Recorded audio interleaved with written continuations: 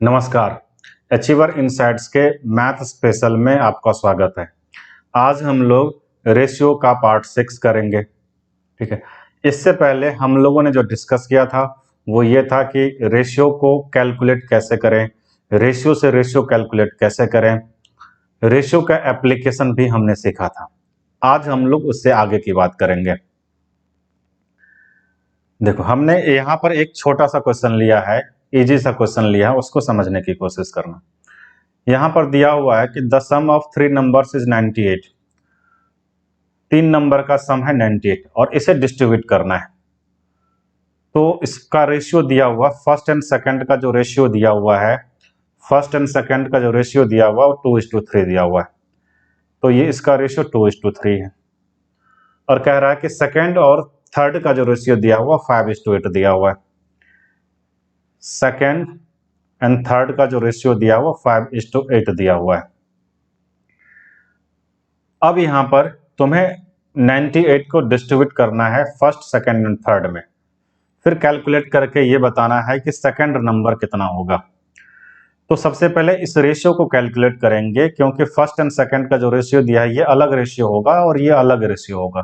इसे कंबाइन करना होगा, जो कि हमने पहले सीखा है। तो यहाँ पर देखो, ये 10 हो जाएगा, ये 15 हो जाएगा और ये 24 हो जाएगा। ये रेशियो हो गया। अब देखो, इसको कंबाइन करने का मतलब ये है कि अब इसके जो कॉमन टर्म्स हैं ना वो इक्वल होंगे। अब इसके कॉमन टर्म्स इक्वल होंगे। तो इसे कैलकुलेट करके देखो, इसे तुम कैलकुलेट करोगे तो कितना यूनिट आएगा? 49 आएगा।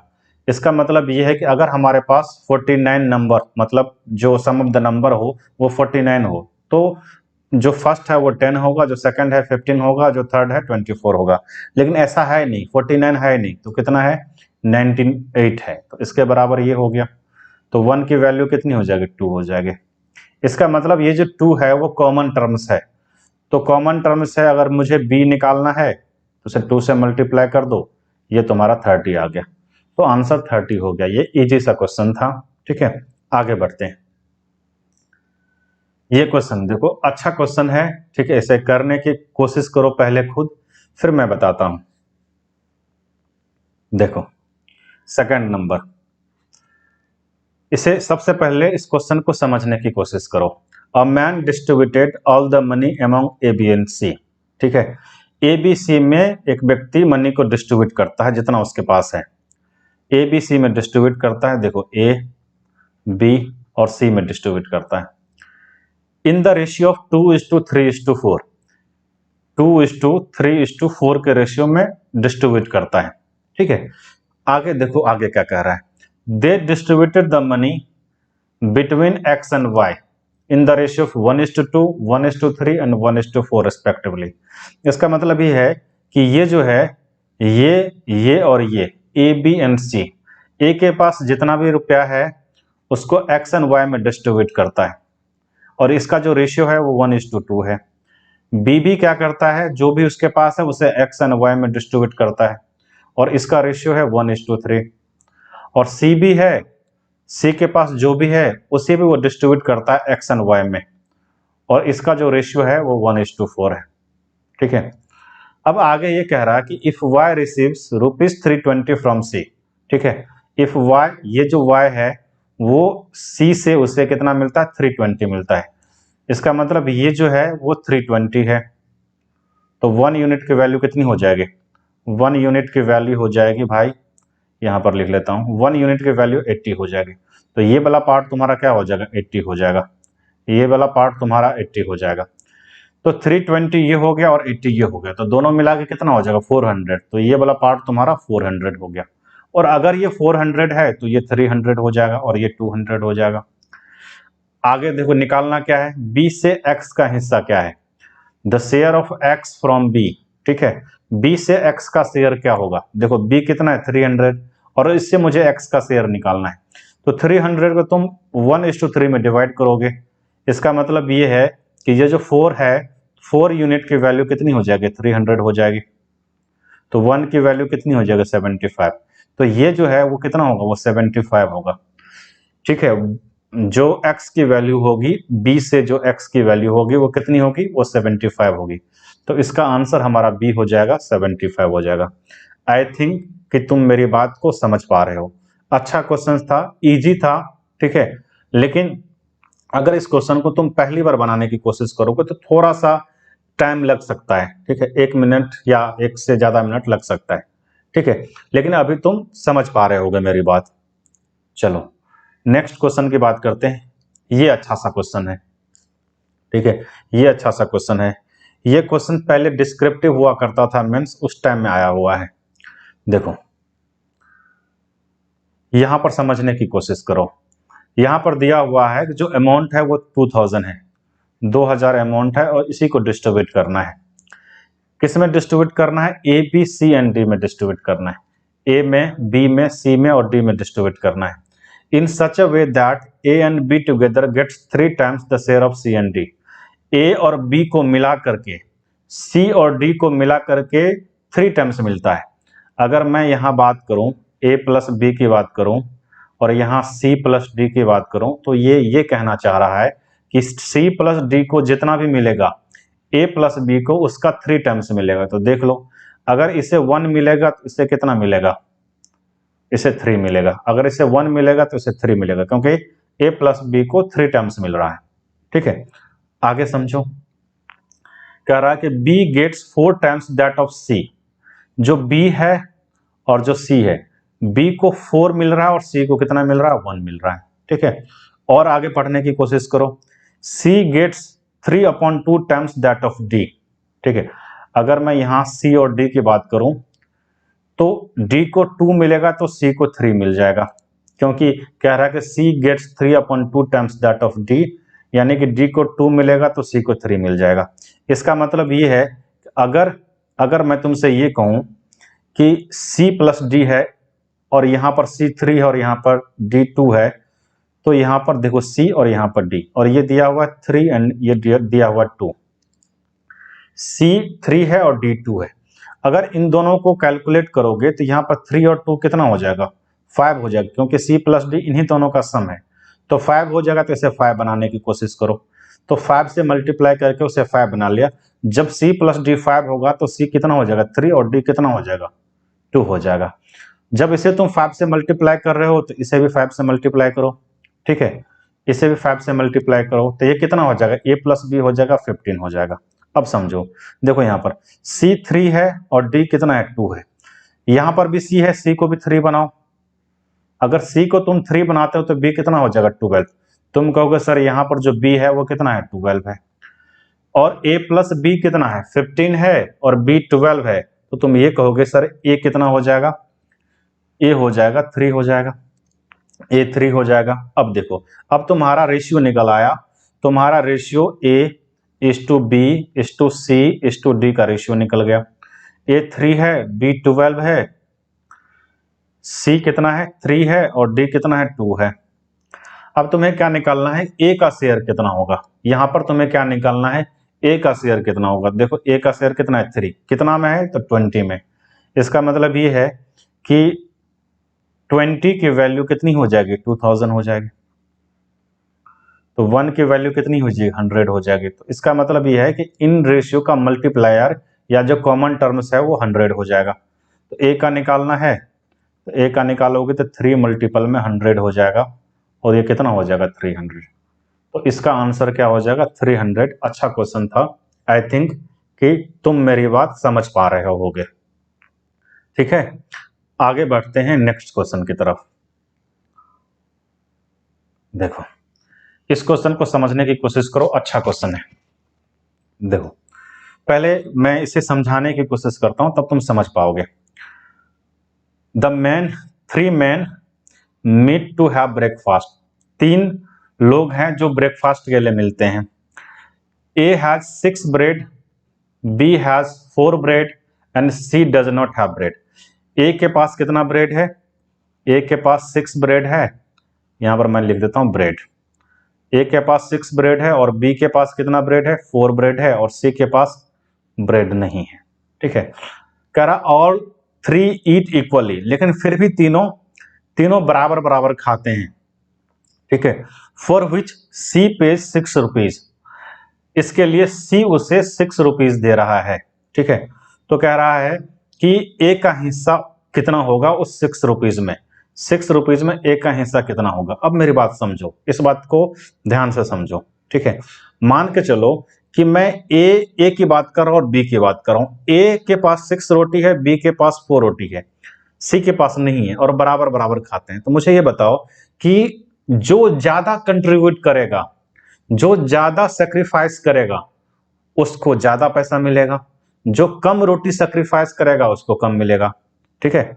समझ पा रहे होगे। मैं ये कहना चाहता हूं कि ए अगर ज्यादा रोटी सेक्रीफाइस करेगा तो ए को ज्यादा मिलना चाहिए, बी अगर कम रोटी सेक्रीफाइस करेगा तो बी को कम मिलना चाहिए। तो सबसे पहले तुमको क्या करना पड़ेगा, सेक्रीफाइंग रेशियो निकालना पड़ेगा, ठीक है। अब यहां पर देखो कि तीनों इक्वल खाते हैं, तो देख लो कितना रोटी है, 10 रोटी है। और अगर तीनों इक्वल खाएंगे तो कितना खाएंगे बताओ, अगर तीनों इक्वल खाएंगे तो कितना खाएंगे बताओ, 10/3 खाएंगे।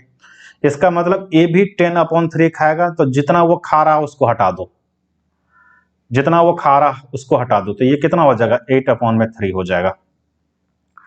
बी भी 10/3 खा रहा है, तो जितना ये खा रहा उसको हटा दो, तो ये हो जाएगा 2/3, ठीक है। अब देखो ए कितना रोटी सेक्रीफाइस कर रहा है, 8/3, बी कितना सेक्रीफाइस कर रहा है, 2/3। देखो ए ज्यादा कर रहा है, बी कम कर रहा है, यानी कि ए को ज्यादा मिलना चाहिए, बी को कम मिलना चाहिए शेयर। अब इन दोनों का रेशियो निकाल लो, ए और बी का रेशियो निकालोगे, A/B का रेशियो निकालोगे, ये 8/3 और ये 2/3, तो कैंसिल करो, इसका जो रेशियो होगा वो 4:1 हो जाएगा इसका रेशियो। इसका मतलब ये है कि ए को अगर 4 रुपया मिलेगा तो बी को 1 रुपया मिलेगा, यदि टोटल 5 रुपया हो तो, ठीक है। तो टोटल कितना है, टोटल अगर 5 रुपया हो तो ए को 4 मिलेगा और बी को 1 मिलेगा, लेकिन टोटल कितना है, 6 है, टोटल है 6। तो ए का हिस्सा तुमसे पूछा जा रहा है, तो ए का हिस्सा हो जाएगा भाई, ए का हिस्सा हो जाएगा, देखो 4/5 × 6, तो 24/5 हो जाएगा, ठीक है। तो इसका जो आंसर हो जाएगा 4.8। इसका मतलब यह है कि ए का जो हिस्सा होगा, ए को जो मिलेगा उस 6 रुपीज में 4.80 ए को मिलेगा। तो यहाँ पर यही समझना था कि हमें जो रुपया मिला है उसे जो डिस्ट्रीब्यूट करना, वो किस रेशियो में डिस्ट्रीब्यूट करना है। तो यहाँ पर सेक्रीफाइंग रेशियो में डिस्ट्रीब्यूट करना है। जो ज्यादा देगा ब्रेड उससे ज्यादा पैसा मिलेगा, जो कम देगा उससे कम पैसा मिलेगा, ठीक है। चलो इसी तरह का एक और क्वेश्चन करते हैं ताकि तुम्हारी अंडरस्टैंडिंग और क्लियर हो जाए। देखो यहां पर भी क्वेश्चन सेम है, हमने यहां पर थोड़ा सा इसमें चेंज किया है, बस इसे समझने की कोशिश करो। 4 मैन है, meet at 1 place to have breakfast. 4 दोस्त है और वो ब्रेकफास्ट करने के लिए मिलते हैं एक साथ। ए के पास कितना ब्रेड है, देखो यहां पर ए के पास कितना ब्रेड है, 10 ब्रेड है। ए के पास कितना ब्रेड है, 10 ब्रेड है। बी के पास कितना ब्रेड है, 8 ब्रेड है। और सी के पास कितना ब्रेड है, 6 ब्रेड है। सी के पास कितना ब्रेड है, 6 ब्रेड है। और डी के पास कोई ब्रेड नहीं है, डी के पास कोई ब्रेड नहीं है। और ये कह रहे हैं कि सभी बराबर बराबर खाते हैं, और डी जो पे करता है, ये जो पे करता है ₹30 पे करता है, ठीक है। डी जो है ₹30 पे करता है। तो उसमें कहा जा रहा है कि बी का शेयर कितना होगा, ये जो है बी का शेयर कितना होगा। ठीक जैसे मैंने पिछला क्वेश्चन किया था वैसे ही ये क्वेश्चन भी करेंगे। अब इसे समझो, ठीक है। इक्वली अगर खा रहे हैं, इक्वली अगर खा रहे हैं तो मुझे ये बताओ कि सबने कितना कितना खाया। तो टोटल रोटी देखो कितना है, 10, 8, 18 और 6 कितना हो जाएगा, 24। तो 24 रोटी है और कितने लोग हैं, 4 लोग हैं। इसका मतलब 6 रोटी सब लोग खाते हैं। देखो ए के पास 10 रोटी था जिसमें से 6 रोटी वो खुद खा लिया, तो कितना उसके पास बचा, 4 बचा। बी जो है उसके पास 8 रोटी था जिसमें से 6 उन्होंने खा लिया, तो कितना बचा, 2 रोटी बचा। सी के पास 6 रोटी था, उसने 6 रोटी खा लिया, उसके पास कुछ नहीं बचा। इसका मतलब ये है जो रोटी सेक्रीफाइस कर रहा है वो 4 कर रहा है, और बी जो रोटी सेक्रीफाइस कर रहा है वो 2 कर रहा है, ठीक है। तो इसका रेशियो देख लो, ए और बी का जो रेशियो है वो देख लो। ए और बी का रेशियो 4:2 है, तो इसका मतलब ये 2:1 हो जाएगा, ये 2:1 हो जाएगा। सी को हिस्सा नहीं मिलेगा। क्यों नहीं मिलेगा समझो, सी के पास 6 रोटी था और उसने 6 रोटी खा लिया, इसलिए सी को हिस्सा नहीं मिलेगा। अब देखो हमारे पास कितना रुपया है, हमारे पास 30 रुपया है।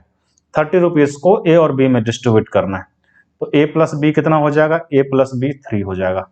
इसका मतलब ये है भाई कि 3 यूनिट की वैल्यू हो जाएगी 30 हो जाएगी, तो 1 यूनिट की वैल्यू 10 हो जाएगी। तो ये जो 10 है वो कॉमन टर्म्स है, कॉमन टर्म्स है। तो अब तुमसे ए का पूछा जाए या बी का पूछा जाए, जिसका पूछा जाए तुम आराम से इसको निकाल पाओगे। अब यहाँ पर बी का पूछा जा रहा है, तो देखो बी को मल्टीप्लाई करो 10 से, तो कितना हो जाएगा 10 रुपीज।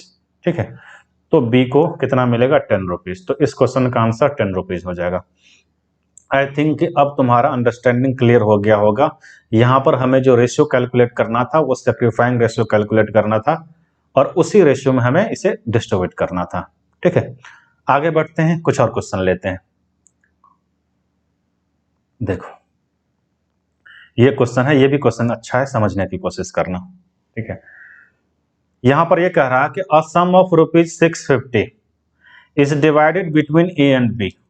हमारे पास ₹650 है, ₹650 है, और इसे डिवाइड करना है ए और बी में डिवाइड करना है। ठीक है, ए और बी में डिवाइड करना है। यहां पर देखो आगे क्या कह रहा है। ठीक है, यहां पर देखो लैंग्वेज थोड़ा सा चेंज है। In such a manner that in every 100 rupees A gets 30 rupees. ये कह रहा है कि अगर हम 100 रुपीज को डिस्ट्रीब्यूट कर रहे हैं तो A gets 30 rupees more than B. A को 30 रुपए बी से ज्यादा मिलता है। यानी कि अगर तुम 100 रुपीज को डिस्ट्रीब्यूट कर रहे हो, ठीक है, एवरी 100 रुपीज मतलब अगर तुम सिर्फ 100 रुपीज को डिस्ट्रीब्यूट कर रहे हो ना, तो ए को बी से 30 रुपए ज्यादा मिलते हैं। देखो अगर मैं इस 100 रुपीज को डिस्ट्रीब्यूट करूं, ए और बी में डिस्ट्रीब्यूट करूं, तो कह रहा है कि ए को बी से 30 रुपए ज्यादा मिलते हैं।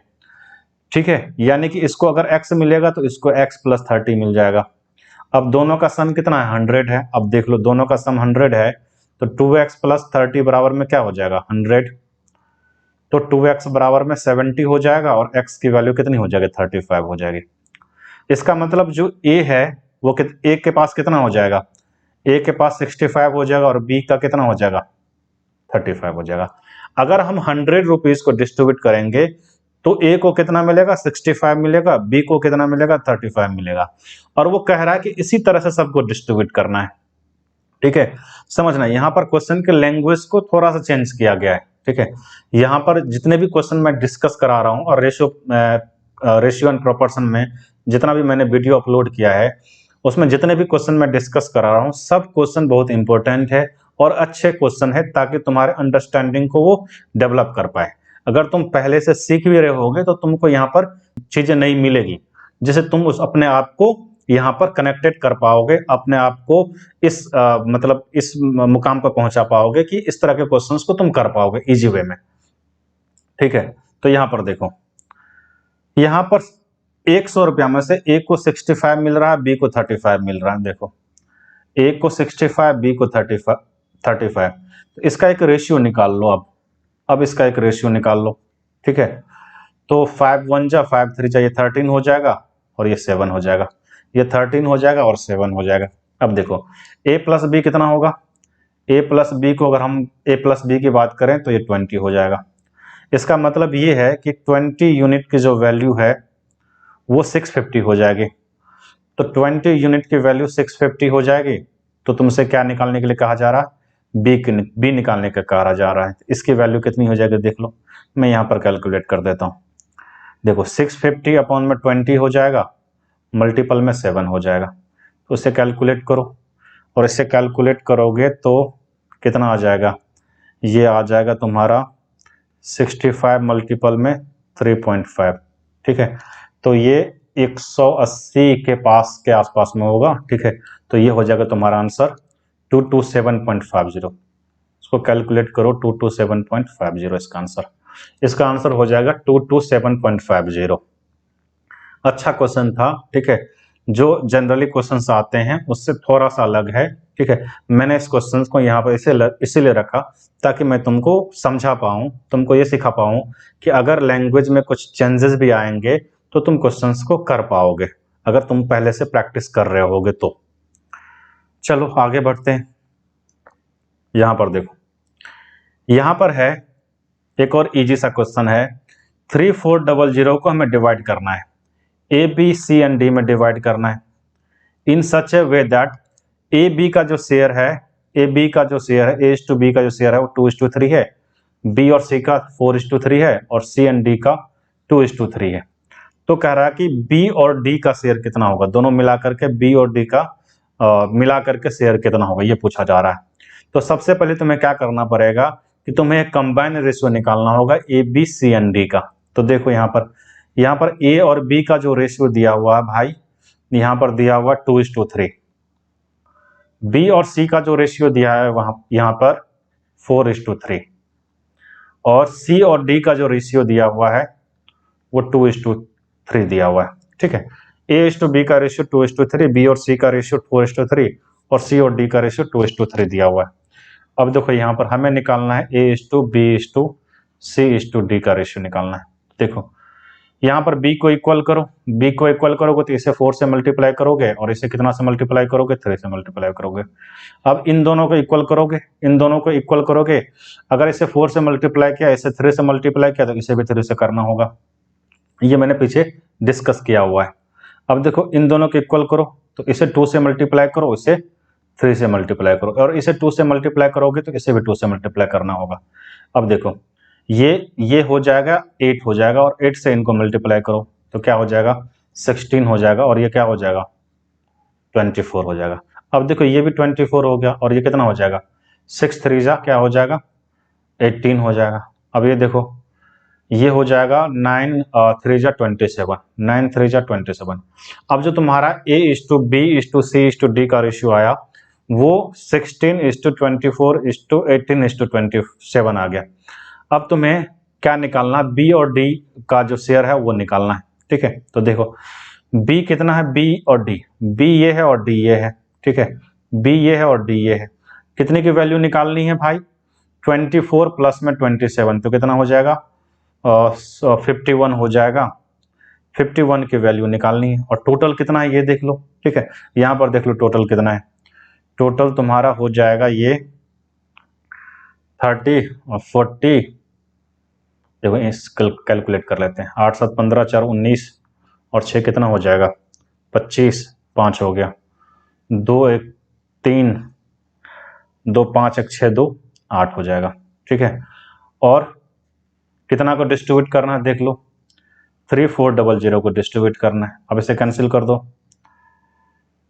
17 5 जा और 17 3 जा, और इसे कैलकुलेट करो, 5 6 जा 30, 680 हो गया ये। अब 680 को 3 से मल्टीप्लाई करो। ठीक है, तो 680 को 3 से मल्टीप्लाई करोगे तो ये 2040 आ जाएगा। ठीक है, तो यहाँ पर कैलकुलेट करके 2040 इस क्वेश्चन का आंसर हो गया। हमने यहाँ पर कैलकुलेट कर लिया और ये आंसर हो गया 2040, इस क्वेश्चन का आंसर हो गया। आई थिंक ये इजी क्वेश्चन था, तुम समझ गए होगे। ठीक है, एक और क्वेश्चन लेते हैं, एक और क्वेश्चन लेते हैं। अब इसे समझने की कोशिश करो, इसे समझने की कोशिश करो। ठीक है, देखो यहां पर दिया हुआ है कि the ratio of boys and girl in section A B C and D of class 6 is respectively 7:5, 5:3, 3:2 and 2:1। पहले समझो इस बात को। देखो बॉयज है एंड गर्ल्स है, section A B C and D है। देखो इसका जो रेशियो है वो 7:5 है, इसका जो रेशियो है 5:3 है, इसका जो रेशियो है वो 3:2 है, और इसका जो रेशियो है 2:1 है। ठीक है, आगे ये कह रहा है कि if the number of student each of the section is equal. ठीक है, प्रत्येक सेक्शन में जितने नंबर ऑफ जो स्टूडेंट हैं वो इक्वल है प्रत्येक सेक्शन में। इस सेक्शन में जितने भी नंबर है, इस सेक्शन में जितने भी नंबर है, इस सेक्शन में और इस सेक्शन में जितने भी सेक्शन है, सब में नंबर ऑफ स्टूडेंट जो है वो इक्वल है। तो यहाँ पर देखो, यहाँ पर दोनों मिला करके, यहाँ पर दोनों मिला करके, यहाँ दोनों मिला करके, और यहाँ दोनों मिला करके इक्वल होना चाहिए। तो देखो यहाँ पर क्या है, 12 है, यहाँ पर क्या है 8 है, यहाँ पर क्या है 5 है, और यहाँ पर क्या है 3 है। तो सबसे पहली बात क्या है, इनको तुमको इक्वल करना पड़ेगा, और इनको इक्वल करने के लिए इन सब का एलसीएम लो। तो एलसीएम कैसे लोगे? एलसीएम लेने का तरीका ये, हमने 12 एलसीएम मान लिया, 12 मान लिया तो इसमें 4 आ गया और ये 2 आ गया, ठीक है। इसमें 5 है क्या? नहीं है, तो ये इसको और 5 से मल्टीप्लाई करो, फिर इसे 3 से मल्टीप्लाई करो, ठीक है। यानी कि तुम्हारा जो एलसीएम है ना, ये कैसे आता है वो मैं एलसीएम वाले चैप्टर में बताऊंगा, ठीक है। ये देखो यहाँ पर जो तुम्हारा एलसीएम आ गया वो कितना आ गया? 120, तो 360 आ गया तुम्हारा एलसीएम, ठीक है। यानी कि यहाँ भी 360 करना है, यहाँ भी करना है, यहाँ भी करना है और यहाँ भी 360 करना है। तो 12 को कितना से मल्टीप्लाई करोगे कि 360 होगा? तो देखो इसको 30 से मल्टीप्लाई करोगे तो 360 होगा। 8 को कितना से मल्टीप्लाई करोगे? 8 को कितना से मल्टीप्लाई करोगे कि 360 होगा? तो इसे डिवाइड करके देख लो, तो 832 4, तो ये 45 हो जाएगा, ठीक है। इसे फिर मल्टीप्लाई करो, देखो 5 को कितना से मल्टीप्लाई करोगे कि 360 हो जाएगा? तो ये हो जाएगा 72, ठीक है। फिर यहाँ पर देखो 3 को कितना से मल्टीप्लाई करोगे कि 360 हो जाएगा? तो ये हो जाएगा तुम्हारा 120, ठीक है। अब देखो यहाँ पर क्या कह रहा है कि then maximum number of boys are enrolled in section. जो मैक्सिमम नंबर बॉयज का है वो कौन सा सेक्शन में? तो तुम गर्ल्स को निकालने की कोशिश ही मत करो, बॉयज का ही निकालो, ठीक है। तो यहाँ पर जो तुम्हारा बॉयज होगा, यहाँ पर मैं यहाँ पर चेंज कर देता हूँ पेन, यहाँ पर जो बॉयज होगा वो कितना होगा? ये जो होगा वो 210 हो जाएगा। यहाँ पर जो हो जाएगा ये हो जाएगा 180 180, और यानी कि 225 हो जाएगा, ये हो जाएगा 225। यहाँ पर देखो 72 को 3 से मल्टीप्लाई करो तो 6, और ये हो जाएगा 216 हो जाएगा, और यहाँ पर देखो यहाँ पर हो जाएगा 240 हो जाएगा। तो देखो कौन सा सेक्शन में बॉयज सबसे ज्यादा है? तो तुम कहोगे सर डी सेक्शन में, ठीक है। तो यहाँ पर इसका आंसर डी हो जाएगा, डी सेक्शन में सबसे ज्यादा बॉयज है, ठीक है। आज हम लोगों ने जो सीखा, रेशियो के जो डिस्ट्रीब्यूशन है उसके फंडामेंटल जो कॉन्सेप्ट है, और फंडामेंटल से रिलेटेड कुछ क्वेश्चन हमने डिस्कस किया, ठीक है। आज के वीडियो में हम इतना ही करेंगे, अगले वीडियो में फिर मिलेंगे आपसे इससे आगे कुछ अच्छे क्वेश्चंस के साथ, कुछ नए क्वेश्चंस के साथ। धन्यवाद।